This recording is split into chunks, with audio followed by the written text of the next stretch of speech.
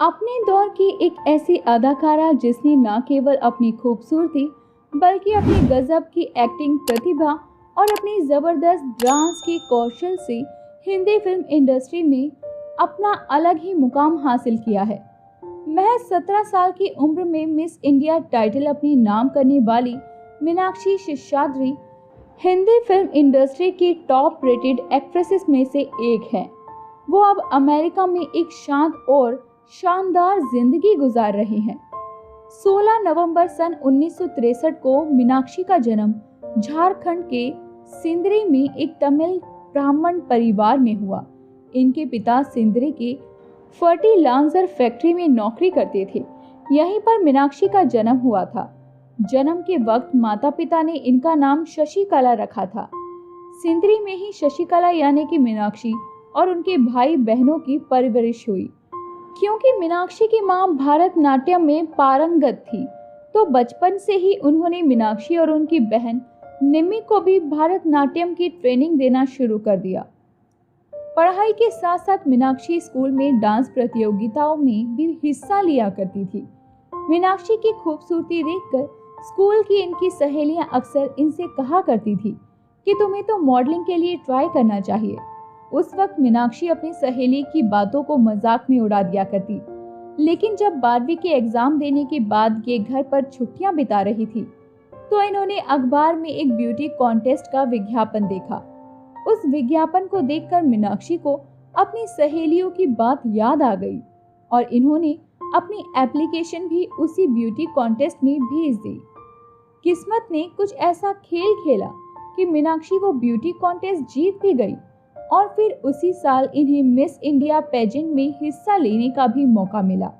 महज 17 साल की मीनाक्षी ने साल 1981 में हुए मिस इंडिया कॉन्टेस्ट को भी अपने नाम कर लिया। इसके बाद वो रातों रात सिंदरी की एक आम लड़की से पूरे देश की खास लड़की बन गई। इसी साल मीनाक्षी शेषाद्री को जापान की राजधानी टोक्यो में हुए मिस इंटरनेशनल ब्यूटी कॉन्टेस्ट में इंडिया का प्रतिनिधित्व करने का मौका भी मिला।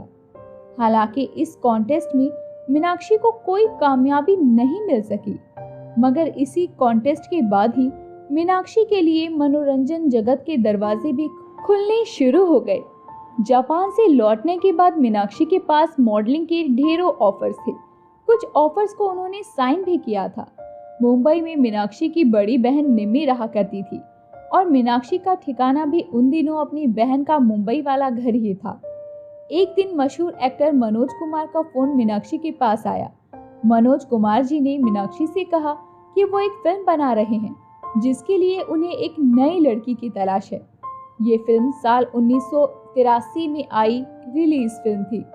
इस फिल्म की शूटिंग के दौरान ही मीनाक्षी ने सुभाष घई की फिल्म हीरो साइन कर ली थी और ये सुभाष घई ही थे जिनके कहने पर ये शशिकला शेषाद्री से मीनाक्षी शेषाद्री बन गई थी।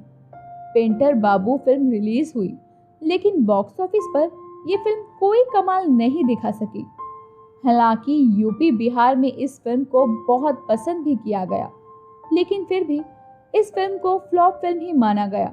मगर जब इसी साल मीनाक्षी की दूसरी फिल्म हीरो रिलीज हुई, तो मीनाक्षी को फिल्म स्टार होने का स्टेटस भी मिल गया।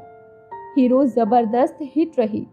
मीनाक्षी शेषाद्री के करियर की प्रमुख फिल्मों की बात करें तो ये नजर आई, अल्लाह रखा, दिलवाला, सत्यमेव जयते, डकैत, औरत तेरी यही कहानी, 20 साल बाद, गंगा जमुना सरस्वती, तूफान, बड़े घर की बेटी, अम्बा, घायल, हमशक्ल, आज का गुंडा राज, आदमी खिलौना है, क्षत्रिय और घातक में।